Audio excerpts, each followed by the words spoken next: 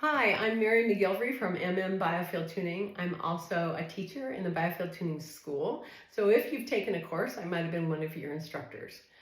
If you're a practitioner or a student or someone who's just bought forks to use on yourself, family, and friends, you may have discovered it takes some stamina. So I've got some things to help with hand health, keeping that dexterity and range of motion open. So before you tune, it's nice to just roll your wrists and going 10 rolls each direction, really nice.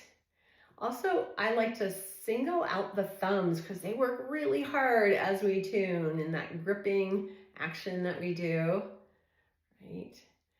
And then we're just gonna do a little stretching here. And a thing I like to do is called a wave. So just dipping down and dipping up, dipping down, dipping up. All right, so you have used your forks, and now afterwards, some things to do can be helpful for that counter action. So this bracelet I have is elasticized, and I just pull it off and pull it over my fingers like so. Push out against it, creating that counter action. And the rubber bands from the produce department work great for that. And also your other hand. If you're in a pinch, you can always use your hand to create that surface to push against. All right, so next is just pulling the finger back. I like to give it a toggle when I'm there, about a minute for each finger, but please don't do anything that doesn't feel right for you.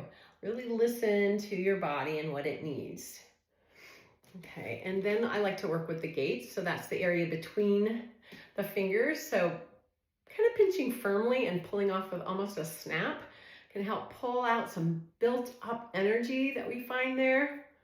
So doing that, I do 5 times between each finger, and the toes love it too. It's nice for the toes. So a little bit for the shoulders, keeping that open. We can kind of roll in, so we want to keep it nice and open with the shoulders, and then going into the archers nice. The dominant hand pulling back, doing a reset. Can feel great across the chest.